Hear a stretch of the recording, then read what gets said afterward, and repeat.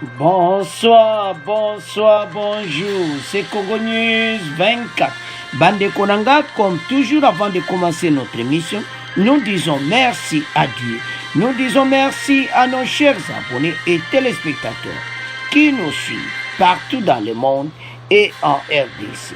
Bande Konanga, soyez les bienvenus. À la une, 3 ans alternance, IDPS et alliés, démocrates déplorent 2 ans perdus. Coalition FCC cash. Bandeko, IDPS na baliene nyonso baye devant micro. Il se déplore pour 2 ans où il faut perdre. Beaucoup yoka ba détail mawato. Quand on a deuxième point, on va parler de l'échange de vues. Cérémonie Oye Salamaki na corps diplomatique au palais de la nation, Tokolanda, message à chef de l'État. Deuxième point, Bandeko Nanga. On va parler, Bandeko, officier de FARDC en justice, détournement des fonds. Ils sont traduits en justice, Bandeko, au Nord Kivu. Alors, tout ça l'a connecté parce que tant boyo kaba détail, donc Mawato, Bamoussous Koutou va trahir Namboka et pas Benimi. Alors, tout développons ensemble. Troisième point, Bandeko Nanga. Affrontement phare de ces M23. 6 villages sont vidés. Boyo kaba détail l'émission. Oyo. Bandeko M23 bazaka a menacé. Alors, toko yoka. Message au peuple à Pessina Bango. Parce que pour le moment, donc, Kouneza ya Kouyindaga. Alors, toko développons ensemble. Alors, Bandeko Nanga émission na bisi bandi et committant auto sur la maçonnerie. 3 ans alternance, IDPS alliés, démocrates déplorent 2 ans perdus. De l'autre côté, on va parler, il y a son excellence le président de la République, échange de vœux avec le corps diplomatique. Alors, Bandeko Nanga, boye bisabaninga nyonso boza en ligne et émission et bandi. Et commettant auto sur la masolo ya RDC. Alors, commençons avec l'échange de vues. Le président de la République a assisté ce jeudi 27 janvier au Palais de la Nation à la cérémonie d'échange de vues avec le corps diplomatique accrédité à RDC. A petit message à Lobi Keze Sengo, comment RDC bazo sala échange de vœux parce que bango ba pesa ki fachi pa ekouper ça bango. Alobi commandé ni RDC ba collaborer na ba ambassadeur. Plusieurs ambassadeurs accrédités à RDC baza toujours na bonne relation. Banda fachi à côté na pouvoir. Et puis fachi a expliqué bango que na outi ko nommer les sub-ambassadeurs Yassika, en France, en Belgique, à l'ONU, en Côte d'Ivoire, en Chine et aux Émirats arabes. Donc, tout est la relation entre la RDC et un corps diplomatique. Alors, Fachi a expliqué bango. Yango na message na. Alors, toyoka message à son excellence le président de la République parce qu'il a insisté mingi sur le point que Mboka na biso plusieurs années ezalaki isolé a décidé qu'il est au côté du pouvoir aluka pays na biso bima na ghetto parce que tozaki na ghetto. Alors tolanda les chefs de l'État bongo to continuer mission na biso.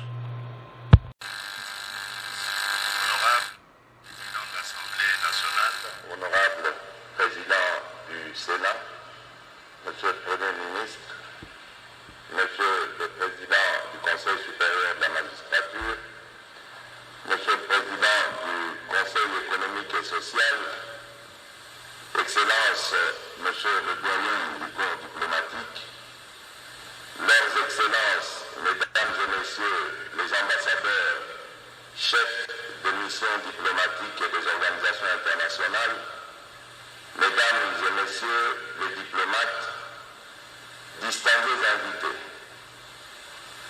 Je voudrais, avant toute chose, vous remercier pour les mots aimables que vous avez bien voulu adresser à mon endroit, à celui de mon épouse ainsi qu'au peuple congolais dans son entièreté, au nom de l'ensemble du corps diplomatique.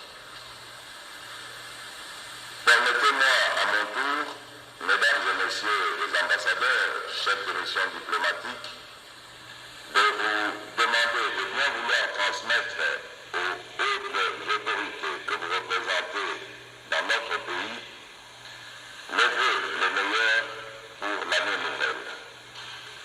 À vous-même, à vos familles respectives, ainsi qu'au peuple congolais et au peuple des pays dont vous êtes les dignes représentants, j'adresse mes souhaits les plus sincères de bonheur, de santé, de succès pour l'année 2022.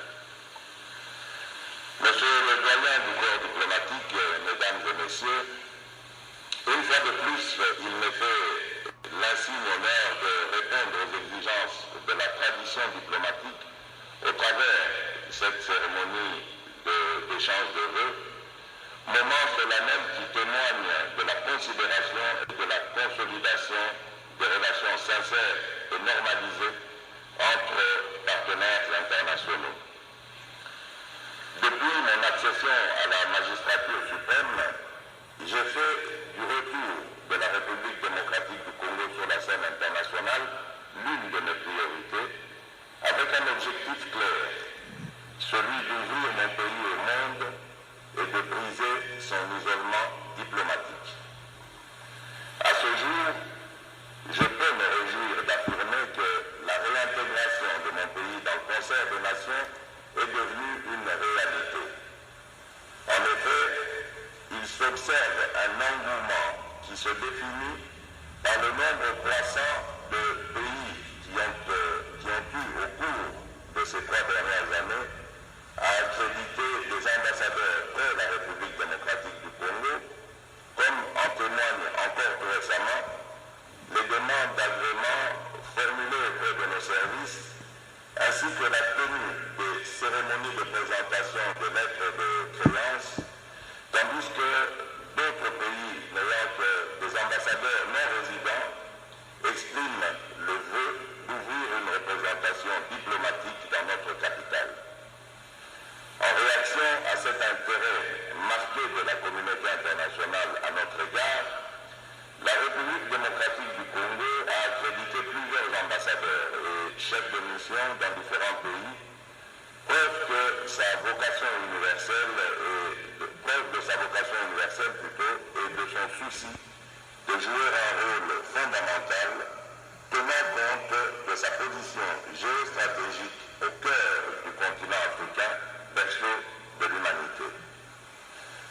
À titre d'exemple, de nouveaux ambassadeurs et représentants permanents ont été désignés, nommés en Belgique, aux États-Unis d'Amérique, en Chine, aux Émirats arabes unis, en France, en Côte d'Ivoire, entre autres, et également auprès des Nations Unies à New York et à Genève. Alors, Bande Konanga, nous avons suivi les chefs de l'État à expliquer comment Ndengenini, Bande ya côté na pouvoir, plusieurs corps diplomatiques accrédités à Kinshasa, et puis, la relation au Azanango, pe oye a outi ko créer le sous abimisi pays na biso, et parce que pays zalaki bandeko. Mawatro, isolé pena na monde. Donc, so talibatan bazana c'est toujours un point d'abord. Et ça, ba jimboka, ba dirigeant pendant 20 ans. Donc, on s'occupe même pas de ma camus. Mission na bango zalaki moko. Ba détruire. Alors, Fatia lo baki vérité, mais bango zo so bango. Alors, Fatia bisi ba diplomate pays zalaki isolé. À moins que a relié pays na monde entier. Et zalaki moko ya ba décision ndenga zai ko voyager parce que pays ezaki mawato. Il fallait ma relation ezonga. Plusieurs années et de ce komaki donc. On n'en parle même plus. Alors, yango ebele bazayo critiquer pourquoi président Tambola kasi boyoki. Ayebisi ba corps diplomatique ndenge ni ba relation wana ezongi pour le moment et puis il vient de nommer un nouveau ambassadeur. Alors, wana ezalaki parti ya liboso. Parti au Keneza, oyo ba IDPS na ali, c'était ce jeudi lelo, babimi ba ekoloba.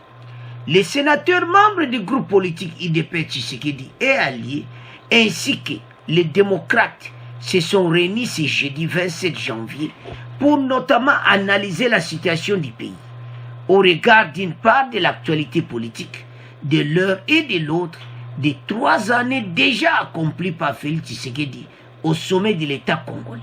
Ils se sont trouvés en marche d'une cérémonie d'échange de vœux pour l'an 2022. Écoutez, nango, et puis vœux d'échange de vœux. Bandeko, baye koluba. Tout autant un message ensemble parce que Ezaki les 3 ans dont 2 ans perdus. Selon Bango Bazako expliquait clairement que Fachi a sali une année au pouvoir. Parce que 2 ans, Ezalaki perdu. Yango, IDPS et alliés démocrates déplorent Ezamawa. Parce que pour le moment, Boyebi IDPS est comme mon aîné, Bazana ba allié, et Belé ba parti, et Belé ba s'allier dans Bande Konama. Alors, donc 3 ans, 2 ans perdus. Banani Basali, Bangouan Nasi. Nous nous souvenons quand Jean-Marc Kaboun et Néhémie Moulania ont signé l'accord FCC Cash pour être battu Sambokao. Mais ça n'a pas marché. Chaque jour, il y a des querelles politiques, il y a des querelles partout. On tire des vestes partout, des tireurs de ficelles. Donc ça ne marchait même pas. Alors, son Excellence le Président de la République a pris une décision. Il a dit non, trop c'est trop. Alors, il a mis fin à la coalition. Et il a demandé à tout le monde de se réunir ensemble pour construire ce beau pays. Chers téléspectateurs, chers Internet, ça fait mal parce que les pays comme la RDC, avec sa superficie, donc pays où il y a pays comme mais comme monarchie au sommet de l'État, batu basali accord, ba mususu bazana ba but mususu. Donc FCC a yé yakika pona kotia bakal. Ndeko moko alobaka, je me souviens. A lui bango basali 20 ans basali lote bango linga fachi na 5 ans ça la quelque chose. Na pesi ndeko na raison. Donc osoyo kaba kirel moso talibe incompréhension mo ezangana tina o tout bazaki na but. Mais bayeba kiti que la personne en question, le président de la République, a salaki na ba stratégie personnelle. Il les a appliquées avec son équipe et Jean-Marc Kabou naza moko na bango oyo ba travail qui pena makasi. C'est pour cela que yemu takene ko signé avec Néhémie Moulania. Et après le FCC Cash et Koufi.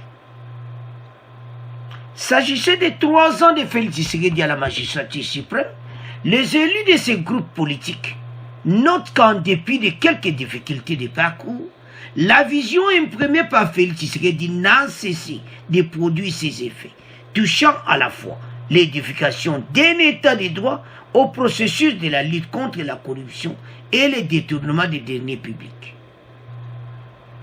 à l'amélioration du social et à la reprise du programme économique avec les institutions de Bretton Woods et le rétablissement équilibre macroéconomique, à la reconstruction des infrastructures, à la diplomatie, une position de plus en plus confortable du pays dans les concerts actuels. Donc, son otali, parce que bandeko, ezo salamawa,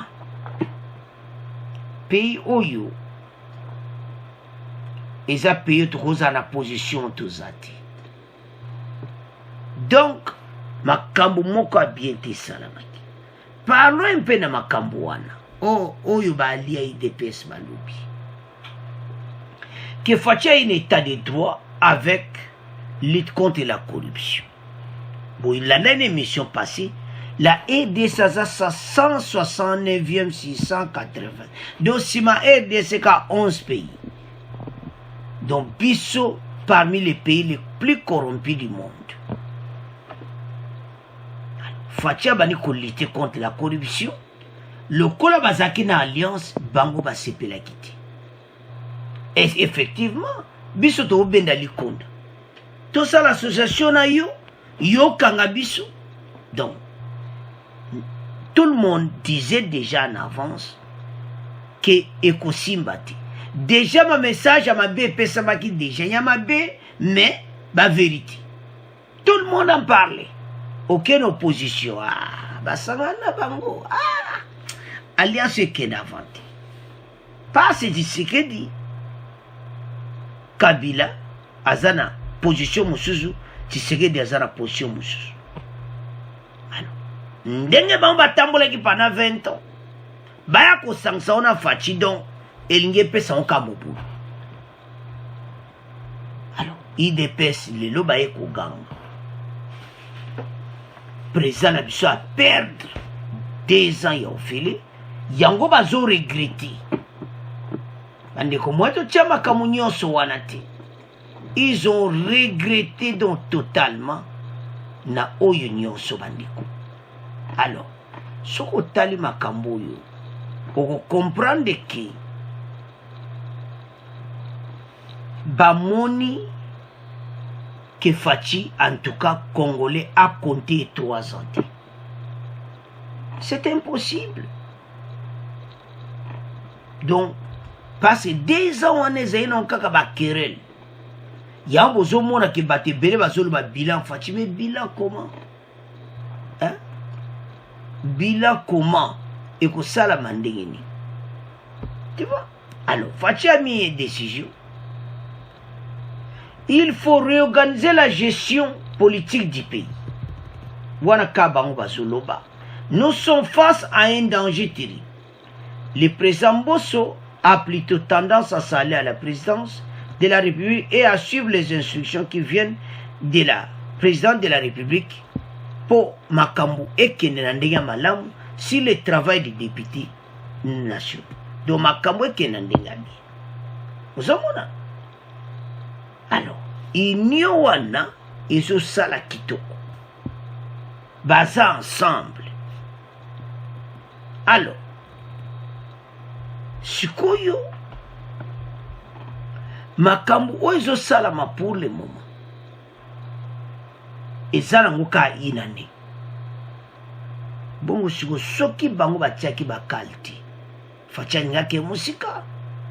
Alors, bande konanga bo comprendre ndenge bavandi wana ebele kutu bamwana alisute bapendani bango tu musu kutu tozomo asu na circuit bamusu badle babani kotanga makamne kaka bwale muisa tout le monde asu bango te. On en parle même na lero wana mabunda na bozomoni wana mabunda na Assemblée nationale et puis tambo momba na Sénat.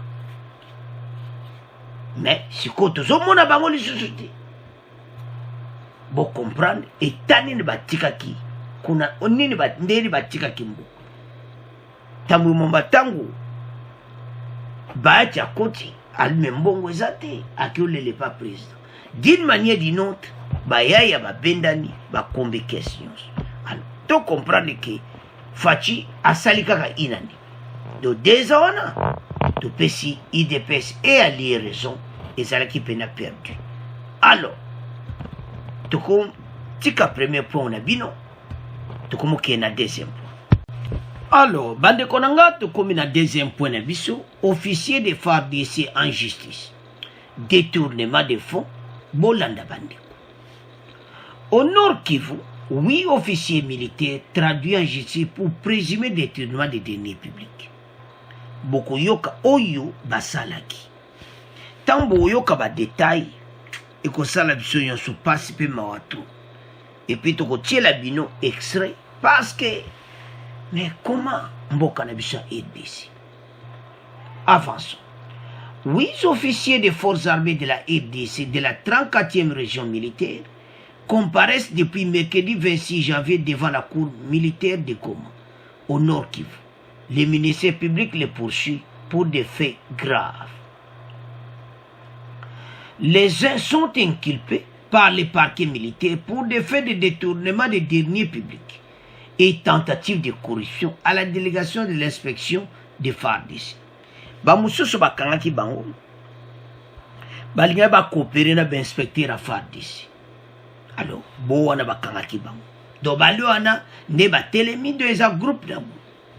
Selon le ministère public, ces officiers auraient produit par procuration des états de paye rassemblant à tous les militaires déserteurs et les autres incorporés dans la liste des militaires décédés.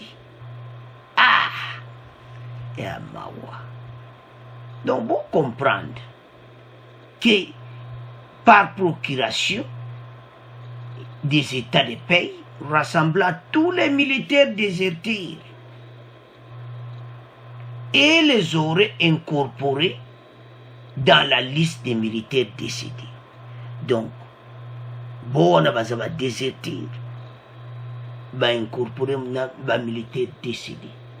Soko talo tu mayuya batwana bazati mais bazoli mbongo na ba makamu fatia lobaki yangoyo o bazo benga nini mafia na kati ya FARDC. Eza mawa ba militaire décédé bande ko tala toyaka na ba pombo tala nan ben France botala mboka na biso administration informatisé. L'EMSO militaire a décidé à zane makam loko les informatisé. Donc batu bakoya ko jane ba komba bato bakufa abane pe ko liambo. To pe cet exemple. Zomona parce que informatisé makambo belé na ba dossier on sait même pas là où c'est. Donc to éviter ce certificat de décès mboka na biso basala kango te. Donc soko zotala makambo ebele eza mawa. Oui, des certificats de naissance basosala des décès na éviter ndeni esala maka. Donc ozomonaka ke mboka po baconstruire mboka oyo ekozwa temps soki balobi ke mboka ekufa bozodéclare mais corruption na basoda kaka likambo ya mbongo jusqu'à incorporer les déserteurs.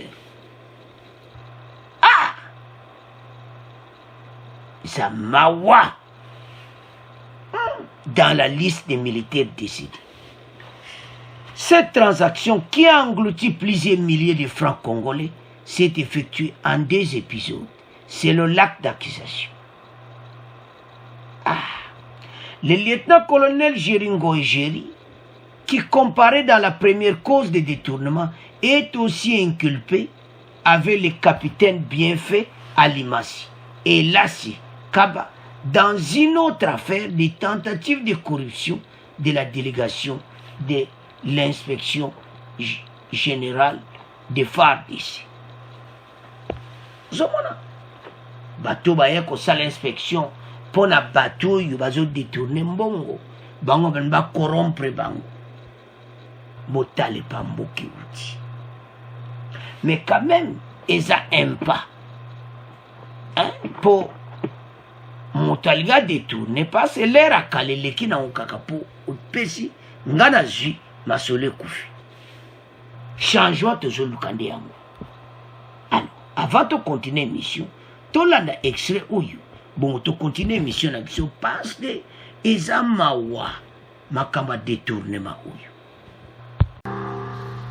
Au Nord Kivu, au total, 8 officiers des FARDC de la 34e région militaire comparaissent depuis hier mercredi devant la cour militaire pour des faits graves selon le ministère public. Les uns sont inculpés par le parquet militaire pour des faits de détournement des deniers publics et tentatives de corruption à la délégation de l'inspection des FARDC. 2 d'entre eux sont poursuivis, l'un pour infraction de fuite devant l'ennemi en territoire des Rutshuru et l'autre pour cause et arrestation arbitraire commise à Beni. Le point avec Gabriel Ouamenya. Le lieutenant-colonel Gabriel Kassongo Kapinga Ngoy Atenda et le major Gelengwa Yondu, tous chargés de la paye et de la rémunération des militaires à l'état-major de la 34e région militaire, ces officiers auraient produit par corporation des états de paye rassemblant tous les militaires déserteurs et les auraient incorporés dans la liste des militaires décédés. Cette transaction, qui a englouti plusieurs milliers de francs congolais, s'est effectuée en 2 épisodes selon l'acte d'accusation. Les capitaines Bienfait Alimassi et Lassi Kaba sont poursuivis par la justice dans une autre affaire de tentative de corruption à la délégation de l'inspection générale des FARDC. Quant au lieutenant-colonel Kalonji Mutombo du 34 2e régiment, il est accusé de coups et blessures volontaires à Beni en novembre dernier. Le dernier officier poursuivi par la justice est le major Kamanzi Buero. Ce dernier aurait capitulé devant les rebelles présumés du M23 en novembre et décembre dernier. Sa fuite en tant que commandant du bataillon aurait causé une lourde perte en termes humains et matériels dans les rangs de l'armée loyaliste à Runyonyi en territoire de Rutshuru. Goma, Gabriel. Alors, bande konanga tolandi biso nyonso. Ndenge bakabola yango en groupe. Monsieur soit un détournement a incorporé les militaires déserteurs sur la liste na militaires décidés na pays ou na po adia kambungwa botala. Donc ce n'est pas possible. Donc ce que tali corruption na mboka na biso do basoda bazosala kaka nyonso me bazaba nani les officiers supérieurs, des colonels, des lieutenants et tout ça. Mususu tentative ya ko corrompre bana mais oya suka oyo ndeza grave botanga bandeko na sa photo wana. Quand le lieutenant-colonel Kalonji Mutombo Aboubakar du 3402 régiment, il est accusé de coups et blessures volontaires administrés à M. Bahati Baloukou. Cet incident aurait provoqué un toll de manifestations à Beni en novembre dernier. Les derniers officiers Ndé Oyunde Ezasom. Moi je vais lire peut-être discuter parce que c'est possible. Les derniers officiers poursuivis par la justice et le major Kamanzi Buero. Ces derniers auraient capitulé devant les rebelles présumés M23 en novembre et décembre dernier. Sa fuite en tant que commandant du bataillon aurait causé une lourde perte en termes humains et matériels dans les rangs de l'armée loyaliste à Runyonyi en territoire de Rutshuru. C'est total. Est-ce que Aza Congolais pour Combo Kamanzi Buero un major Bazo Bunda a commis devant M23, le major a pris fuite. A Tchebango na côté Mogodon Mawatro. Et ça le cola au Tekafa de c'est pas Benimi. M23 bomi Basoda na Bishebeli. Un major Moutazo dirigé Basoda. Ya kanzeki ba okangiti bakangi et cause ba perte humaine de bolandi wana next. Je me demande est-ce major wana aza congolais abandonné équipe yozo dirigé na bitumba na fil na place na Rutshuru o abandonné bango a Ruyoni en territoire de Rutshuru. Yaya Moïse Yassas basimbi en justice ye pena kozwa peine de mort ateki mboka le boya ko vérifier origine na ye bo comprendre ka moyen to tanga kombo ya pour mawatro. Voilà comment armer la biso. Parce qu'un vrai Congolais de père et de mère, toza 1,23, toza na point même 1,23, toza na point. Bay to komi na bitumba boy. Yo ont abandonné l'armée au prix fuite. To l'endroit de biso ça a causé des dégâts. Ce n'est pas possible. Sa fuite en tant que commandant du bataillon aurait causé une lourde perte en termes humains et matériels dans les rangs de l'armée loyaliste. Ariane. T'as le problème tous les ans à faire d'ici. Donc, ben infiltré, ben traître partout. Et Bela Basodo Bakoufiwana. Solution comme ça, c'est ça grave. Et puis, tant que on a bilo kabo, il se ça passe dans mon thème pour n'amboka na biso. Yé pene faut bambe pena bilo. Yaza mutumo il faut penza. Un major, commandant ya bataillon, à Sundo Liban, Yaya Moïse Yassas,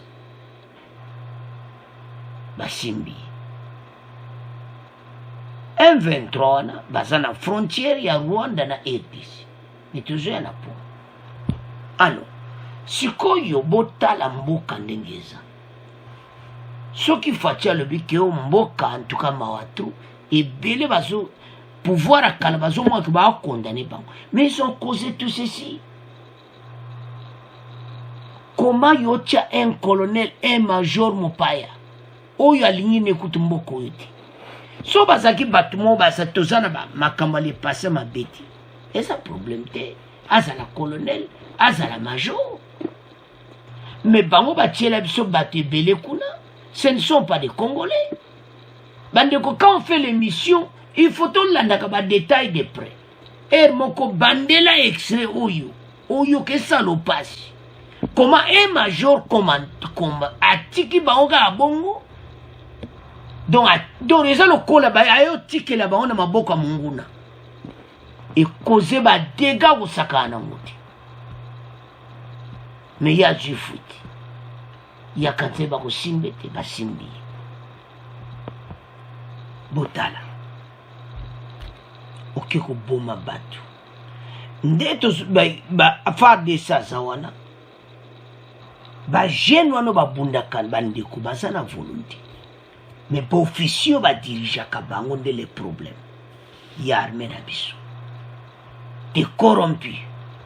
Asa capable à sacrifier bango nyoso pona mbo. Musuku na du liste. Ya ba déserter, incorporé dans un bateau ba kufa, ba paye na bango ale abenda ka lara le kanana. Voilà notre beau pays. Tala makambo toujours vivre.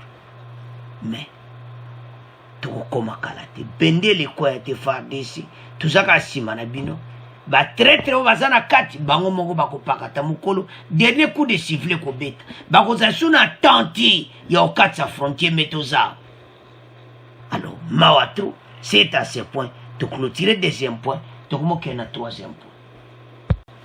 Alors bande konanga to komi na troisième point na biso affrontement phare de ces M23. 6 villages sont vidés boyoka bandeko. Bitumbe banaki lundi. Mais on apprend que le calme est revenu.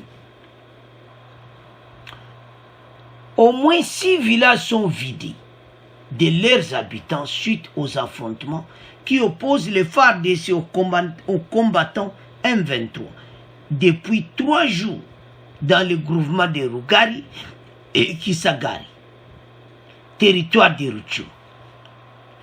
les activités socio-économiques restent paralysées. À Rougui Centre, à 45 km au nord de Goma, où se sont réfugiés plusieurs milliers d'habitants. 6 villages sont vidés parce que Bitumbezo Salamana inventé comme terrain ya bataille. Mais Fadi Sazakawan, c'est-à-dire Bango M23 so va attaquer Bazongi. Avant même de moi musique, parler un peu de ces M23.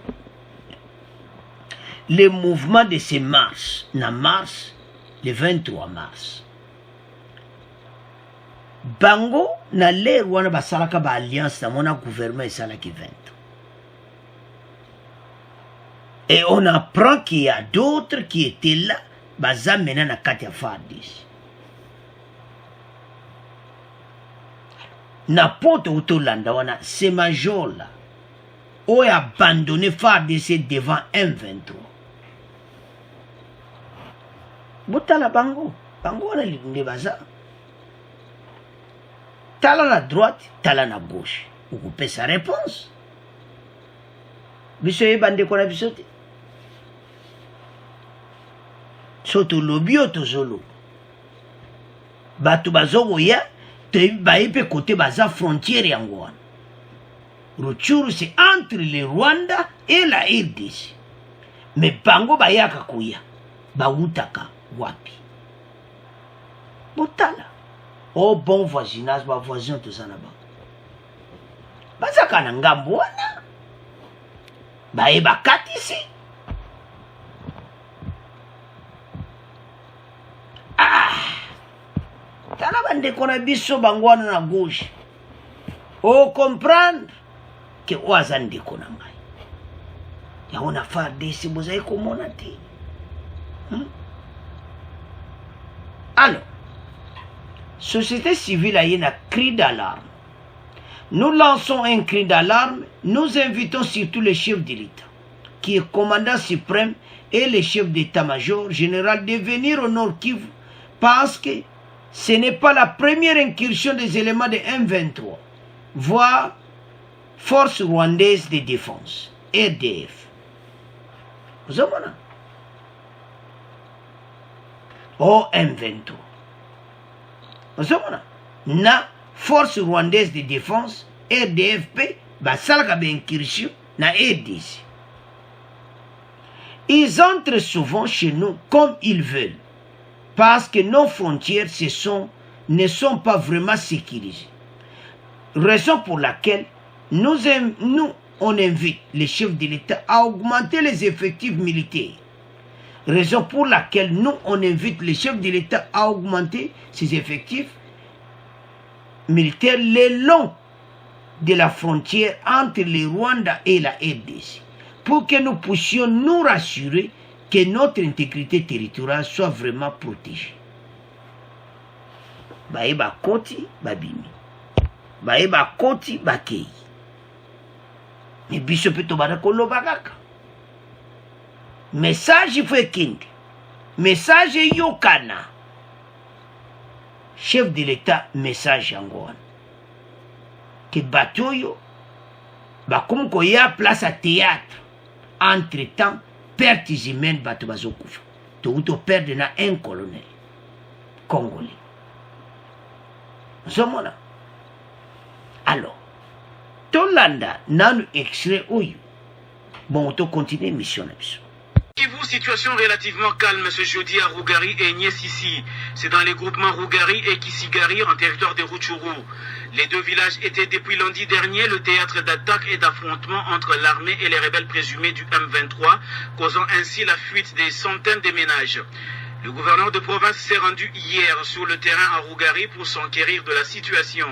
Ceci avant de superviser personnellement les opérations militaires où des tirs à l'arme lourde ont été lancés à partir de Kibumba en direction de Niesisi où se serait retranché l'ennemi.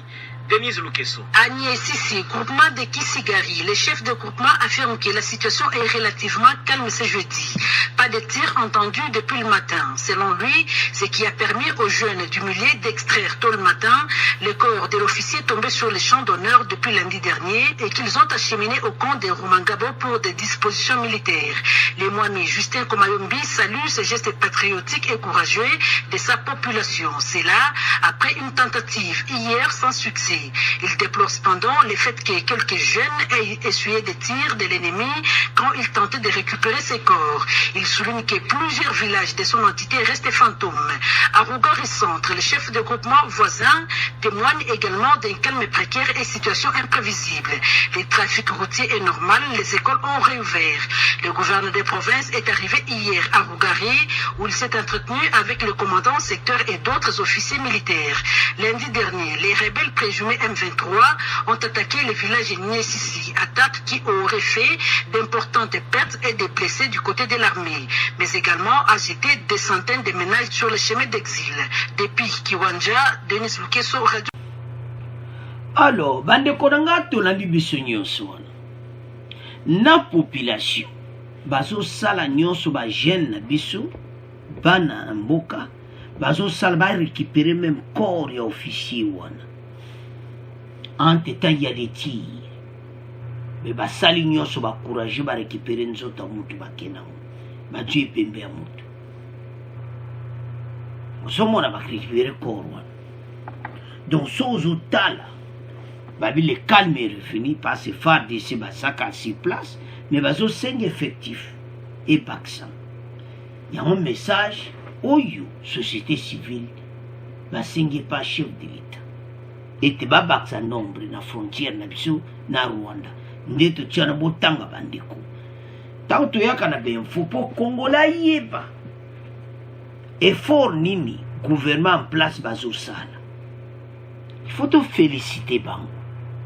Problème bazana ngo eza état oyo batuvaki mboka. Bandeko état oyo batuvaki mboka biso toyoka kaka na sango. Mais soko za na place ya fachi okonyingisa mutu. Mboka ezaki mboka batika mpena malamu te. Makampena mabe donc soko tali même côté makambo ezoleka kuna tolandi biso zenexiro wana. Bas non frontière na biso eza sécurisé. En tout cas gouvernement baluka recrutement ya basoda. Le pays est en guerre. Na banguna baza koza envier ba ressources na biso. Tozana ba voisin oyo baza penza. Donc aux hommes on ko voisin mais bango baza d'intérêt na bango na faire d'ici. Problème tozo vivre na pour le moment bandeko. Zo senga frontière entre la RDC surtout le Rwanda. Ils ont la sécurité. Ba Rwanda bazana menace makasi. M23 baya bazongi. Et loko armée na biso bakoko sala ezali ya ko recruter batebeli. Bande ota nombre kontaka. Na ko pesa kaka exemple. La Chine. Kolwana ko de Chine ba problème ti. Parce basé belé. Au bon ondeni. Donc armée donc plein craqué. Chine a continué même 20 millions. À quoi d'autres 10 millions. 10 millions dans la carte à terrain Chine. Donc, pays nous sommes monnaie à l'États-Unis, comment qu'on banga Chine. Nini, nombre. Vous savez, nombre joue un rôle dans l'armée. Batso ba jeune congolais, solo la bango ba onyo so ba silisi D6 que il faut 2 ans et ça va aider kaka.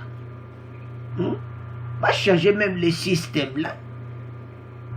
Ba neni mikolo ba comment recruter ba policier tout ça tout là nango qui va recruter ba policier sika nombre mais bo baksande armée ba jeno yo ba kota musala soda parce armée bazan tozani équipe to eza mukiona osomona yoka message tanga message wana que cri d'alarme. Nous lançons un cri d'alarme au chef de l'État, commandant suprême, parce que les incursions des éléments M23, voire même forces rwandaises de défense, ils entrent souvent chez nous comme ils veulent, parce que nos frontières ne sont pas vraiment sécurisées. Raison pour laquelle on invite les chefs de l'État à augmenter les effectifs militaires le long de la frontière entre le Rwanda et la RDC pour que nous puissions nous rassurer que notre intégrité territoriale soit vraiment protégée. Alors, ce qui doit se faire à Makamba Boybandeko, Mboke sa sécurité. Et ce senga quelque chose de salama. Et ce senga chef de l'État, ba baksa ba militaire. Alors ba militaire on va kouta wapi. Et là que c'est important, ba sala recrutement ya sika. Recrutement sika salama. Ba zo ba militaire ba jeune ya sika ba kota parce que nombre kontaka. Tout par exemple la Chine. Biso ba mingiti. Frontière nationale Rwanda eza vraiment mawatro. Yango ba sengi nombre. Message auto pesa ba commentaire était faire de ce committant parce que maintenant un 23 ont menacé nandenga mukiti. Alors menace dans moi on a clairement il y a balkanisation. Mais évidemment que ça morceau moko ko simbati congolais tozai ni côté wana félicita ka bandeko na biso mutu nyonso na likambo etali ya mabele mutu nyonso atelemana quel que soit ya to sa bandeko bozolanda émission tala o ezamboka na biso quel que soit lingi no gouvernement oyo te o lingi no bato bazo diriger mboka te tout ça tala to supporter armée to pesa ba idea ki to kisa mboka na biso tala ndenge menace ça to tieli bino action to landi maloba no kitoko pa farde se pesa kesengo to na Facebook bo pesa ba idea kitoko pona mboka omona mutu na Facebook au pesa neka eloko mobo asalika ya marque neka batu ba mais il faut pour na mboka que voilà na est tous en a besoin effectif et mata bande quoi est ba singi na chef de l'État effectif eza muke na frontière à Rwanda na RDC balobi wana ki M23 kotaka kaka na même place na Rutshuru et puis force rwandaise kaka na Rutshuru pona nini bango nyonso ka place moko. C'est ça la question qu'on se pose. M23 attaque sur Kanaruchu. Et force rwandaise fait auto Hollande ba miyibi ya auto katsa frontière kaka na Ruchu. Pourquoi biso to katsa ke pas na bangote? Donc c'est ça le problème, il faut que le gouvernement résoudre. Et ça place te bayaka ba beti bale ba bimi ba koti ba bimi. Et ça terrain match te. Et ça pays. Il bayaka ko salani. M23 na tubazo bunda kuna baboto la pourquoi? Parce que basala vanine na moi même bakare mini. Et ça mawa. Alors, bande kuranga, et ça passe pe mawa. Tu comme tika yamona maboko na bino. Bon continuer à s'abonner massivement, bon partager. Au revoir, à la prochaine.